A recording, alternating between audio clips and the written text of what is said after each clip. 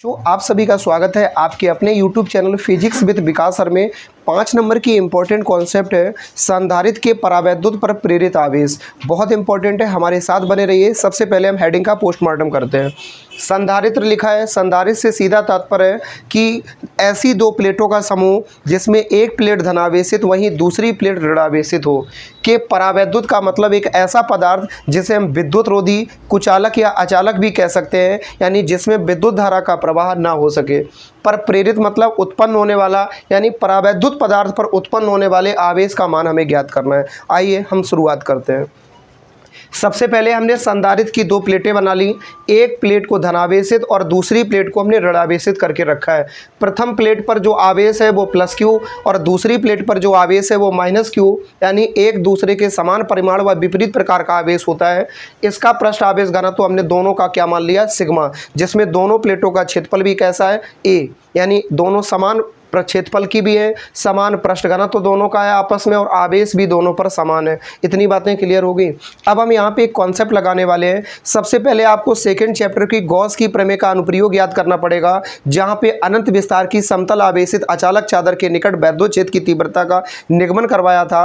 वहीं पे हमने एक कॉन्सेप्ट और बनवाई थी कि समान पृष्ठ घनत्व की धन तथा ऋण आवेशित अचालक प्लेटों के बीच वैद्युत क्षेत्र की तीव्रता, इन दोनों प्लेटों के बीच में किसी बिंदु पर वैद्युत क्षेत्र की तीव्रता का मान क्या आता है, वहां हमने आपको डेरिवेशन करके निकलाया था। इसकी भाषा क्या लिखी है हम आपको बाद में बताएंगे जब पूरा चित्र डेवलप हो जाएगा। अभी पूरा फिगर कंप्लीट नहीं हुआ है, सिचुएशन के अकॉर्डिंग डेवलप करते रहेंगे। तो हम सबसे पहले इस संधारित्र की दोनों प्लेटों के बीच में वैद्युत क्षेत्र की तीव्रता को थोड़ा सपोज कर लेते हैं, और ये वैद्युत क्षेत्र की तीव्रता समान होगी दोनों प्लेटों के बीच में, कहीं भी माने, क्योंकि दूरी से इसके मान पर कोई प्रभाव नहीं होता। इसको हम मान लेते हैं लाला ई नॉट, और इस वैद्युत क्षेत्र की तीव्रता की दिशा कहाँ होगी, धन से ऋण की ओर। इस पे ये धन है, ये ऋण है, इसकी डायरेक्शन होगी धन से ऋण की ओर। यानी सबसे पहले दोनों प्लेटों के बीच वैद्युत क्षेत्र की तीव्रता निकाल रहे हैं। लिखेंगे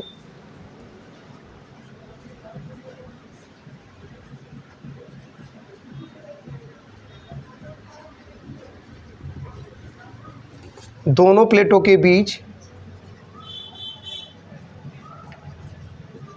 वैद्युत क्षेत्र की तीव्रता। तो लाला आपको मालूम है हमने कितनी मानी है, आपको सूत्र पता होगा, दूसरे चैप्टर में आया था, E बराबर सिग्मा अपॉन एप्सिलॉन नॉट, याद आया। तो यहाँ पे हम लिख सकते हैं इसकी तीव्रता को हमने कितना माना है, E नॉट, इसको हम लिख सकते हैं सिग्मा अपॉन एप्सिलॉन नॉट। इतनी बात क्लियर हो गई। इस सिग्मा को अगर हम लिखना चाहें तो क्या लिख सकते हैं, इस सिग्मा को हम चेंज करके अगर लिखना चाहें तो लाला लिख सकते हैं सिग्मा बराबर Q अपॉन A, मान रख दो।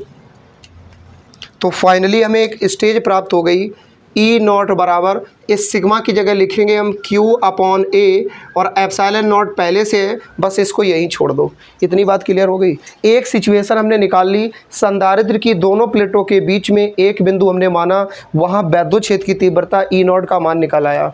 अब सिचुएशन क्या कह रही है, संधारित्र के परावैद्युत, यानी इस संधारित्र की प्लेटों के बीच में हमें एक परावैद्युत पदार्थ बनाना है। और परावैद्युत पदार्थ किसे कहते हैं, कोई कुचालक हो, कोई विद्युत रोधी हो, कोई ऐसा पदार्थ जिसमें धारा का प्रवाह संभव ही ना हो, उसको हम परावैद्युत पदार्थ कह सकते हैं। हमने इनकी प्लेटों के बीच में ये एक परावैद्युत पदार्थ मान लिया। कोई भी पदार्थ हो सकता है, कांच हो सकती है, प्लास्टिक हो सकती है, क्लियर। इस तरह से हमने परावैद्युत पदार्थ को डेवलप कर दिया। लेकिन लाला इसमें एक सिचुएशन डेवलप होगी, परावैद्युत पदार्थ जब संधारित्र की प्लेटों के बीच में रखते हैं तो यहाँ ध्रुवीकरण हो जाएगा, और ध्रुवीकरण होने से होगा क्या, संधारित्र यानी जो परावैद्युत पदार्थ है वो छोटे छोटे कणों से मिलकर बना है, और प्रत्येक छोटा छोटा कण जो होता है वो अणु के रूप में, और जो अणु है वो हमारा परमाणु से बनता है। परमाणु के केंद्रक बिंदु पर नाभिक होता है, और नाभिक पर धनावेश होता है, और नाभिक के चारों ओर विभिन्न कक्षाओं में इलेक्ट्रॉन गमन करते हैं।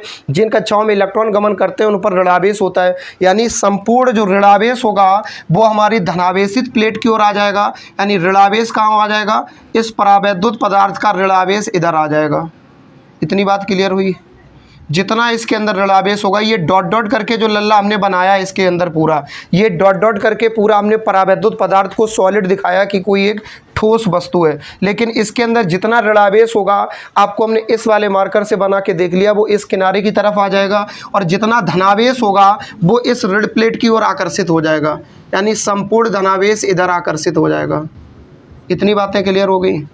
अब हमें एक दूसरी स्थिति यहाँ लगाने वाले हैं कि परावैद्युत पदार्थ के भीतर अगर हम कोई बिंदु मानते हैं, परावैद्युत पदार्थ के भीतर अगर हम कोई बिंदु मानते हैं और वहाँ पर आपसे कहते हैं कि बताओ वैद्युत क्षेत्र की तीव्रता कितनी होगी, तो इसकी वैद्युत क्षेत्र की तीव्रता को हम मान लेते हैं ई डैश। कितना मानेंगे?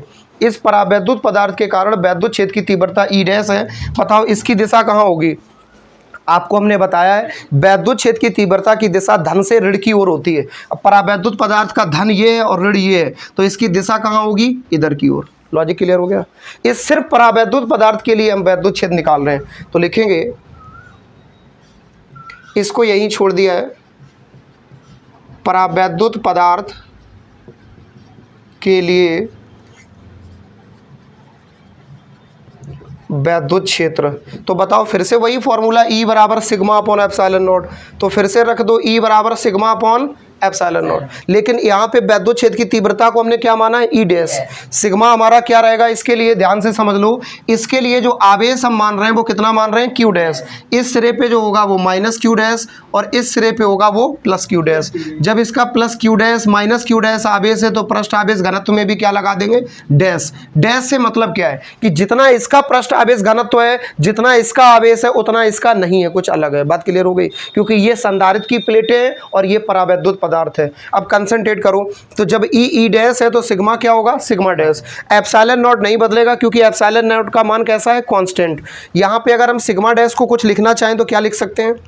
चूंकि सिग्मा डैश बराबर हम लिख सकते हैं Q अपॉन ए, लेकिन जब सिग्मा सिग्मा डैश है तो Q क्या होगा? Q dash. ए कांस्टेंट रहेगा, ए क्या है? परावैद्युत पदार्थ का क्षेत्रफल, मान रखो। फाइनली हम लिख सकते हैं ई डैश बराबर Q dash upon A upon epsilon not. ये दो मान हमें निकल के आ गए। सबसे पहली स्थिति संधारित्र की प्लेटों के बीच में वैद्युत क्षेत्र की तीव्रता, फिर परावैद्युत पदार्थ के बीच में वैद्युत क्षेत्र की तीव्रता, अब दोनों के कारण कुल वैद्युत क्षेत्र की तीव्रता। तो लिखेंगे दोनों के कारण परिणामी।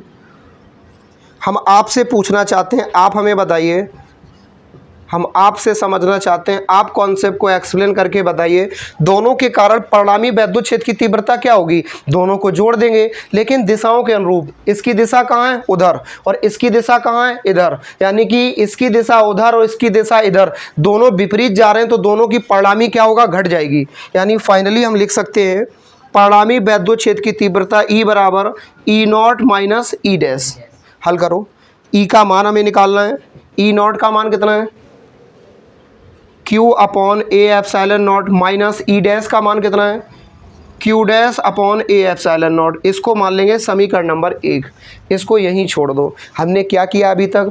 सबसे पहले परावैद्युत पदार्थ को भूल जाओ, संधारित्र की प्लेटों के बीच में वैद्युत क्षेत्र की तीव्रता निकाल ली, जिसको हमने ई डैश माना, और इसकी दिशा धन से ऋण की ओर है। फिर हमने इस परावैद्युत पदार्थ के लिए इसके मध्य वैद्युत क्षेत्र निकाला, जिसको हमने ई डैश माना, और इसकी दिशा कहाँ होगी? धन से ऋण की ओर। क्योंकि इसका धन ऋण उल्टा कैसे हो गया? क्योंकि संधारित्र की प्लेटों के बीच में जैसे ही परावैद्युत पदार्थ को रखेंगे तो इसमें ध्रुवण की घटना होगी, और पोलराइजेशन, इस ध्रुवण की घटना में क्या होगा कि धनावेश के कारण इधर ऋणावेश आकर्षित हो जाएगा, और इधर धनावेश, इधर ऋणावेशित प्लेट के कारण इधर संपूर्ण धनावेश आकर्षित हो जाएगा। क्योंकि विपरीत प्रकार के आवेश एक दूसरे की ओर आकर्षित हो जाते हैं, ऐसा आपने सुना होगा और पढ़ा होगा। आओ आगे की कॉन्सेप्ट फॉलो करते हैं। अब दोनों के कारण कुल वैद्युत क्षेत्र की तीव्रता निकल चुकी है। वहीं अगर हम आपसे एक सिचुएशन की बात करें कि संधारित्र के बीच में कोई परावैद्युत पदार्थ रखा है, उस समय वैद्युत क्षेत्र की तीव्रता क्या होगी? देखो क्या होगी, लिखेंगे यदि संधारित्र की प्लेटों के बीच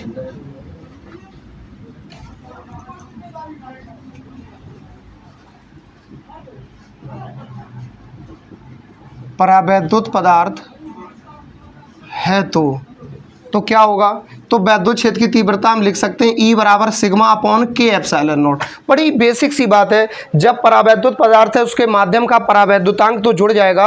आपने E बराबर सिग्मा अपॉन एप्सिलॉन नॉट पढ़ा है, जिसमें K इंटू में होता है, निर्वात के लिए K का मान 1 होता है। अगर परावैद्युत पदार्थ के रूप में कोई धातु रखी हुई है, मेटल रखी हुई है, लोहा रखा हुआ है, तो इस धातु के लिए जो माध्यम का परावैद्युतांक है वो अनंत हो जाता है। अगर इसमें कोई जल वगैरह भरा होता है तो इसके लिए वैल्यू इसकी 80 to 81 यानी 80 से 81 के लगभग हो जाती है। अगर बीच में वायु है तो वायु के लिए इसका मान 1 हो जाता है। तो अभी इसी की वजह से यहाँ पे हमने सिग्मा अपॉन एप्सिलॉन नॉट लिया था, क्योंकि पहले हमने इसको अलग अलग दिखाया है। पहली स्थिति में इसके बीच में हमने कोई परावैद्युत पदार्थ नहीं दिखाया है। परावैद्युत पदार्थ अगर है तो वैद्युत क्षेत्र की तीव्रता इतनी होगी। इतनी बात समझ में आ गई। इसको हम मान लेंगे समीकरण नंबर 2। अब समीकरण 1 को और समीकरण 2 को निहारो। निहारा, कुछ मिला? नहीं मिला, मिल गया। LHS LHS के बराबर है तो हम कह सकते हैं कि RHS RHS के बराबर होगा।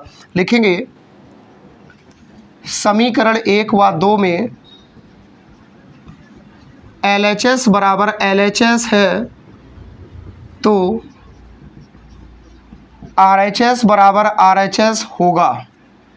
ये बचपन वाली बात है, बच्चों वाली बात है। अगर x बराबर y और x बराबर z लिखा है तो इसको हम y बराबर z लिख सकते हैं। अगर x बराबर 2 और यहाँ y बराबर 3 - 1 लिखा है तो हम लिख सकते हैं 2 बराबर 3 - 1।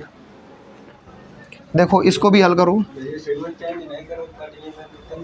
ना, इधर देखो, यहाँ पे हम लाला क्या करने वाले हैं ये। अच्छा हाँ, अगर यहाँ पे हम बात करें कि इस सिग्मा को अगर हम कुछ लिखना चाहते तो बुआ क्या लिख सकते थे। देखो इस सिग्मा को अगर लिखना चाहते तो Q upon A epsilon not.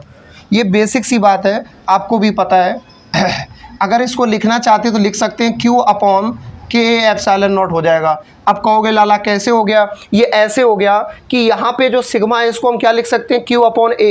तो Q ऊपर रह गया, A नीचे आ गया। क्लियर? तो के एप्सिलॉन नॉट, यानी चाहे कह दो E बराबर सिग्मा अपॉन के एप्सिलॉन नॉट, चाहे कह दो E बराबर Q अपॉन के एप्सिलॉन नॉट, एक ही बात है।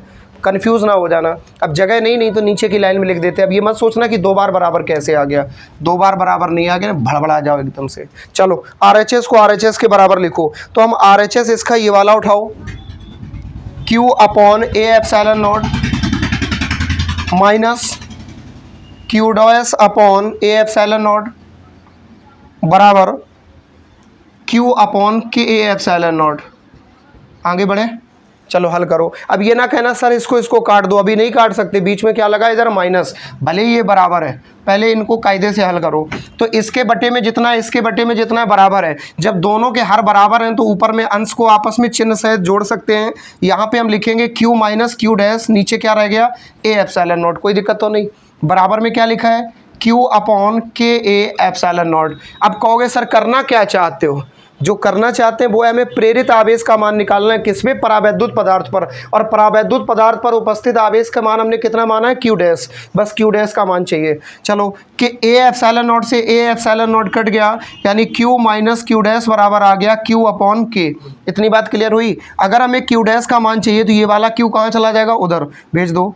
माइनस Q डैश बराबर Q upon K minus Q। कोई दिक्कत तो नहीं? यानी ये प्लस का Q था, कोई चिन्ह नहीं तो इधर गया माइनस का हो गया। लेकिन एक प्रॉब्लम है, हमें Q डैश का मान चाहिए तो ये माइनस चिन्ह का अंदर गुणा कर दो, तो माइनस माइनस प्लस, ये माइनस Q अपॉन K और ये प्लस Q।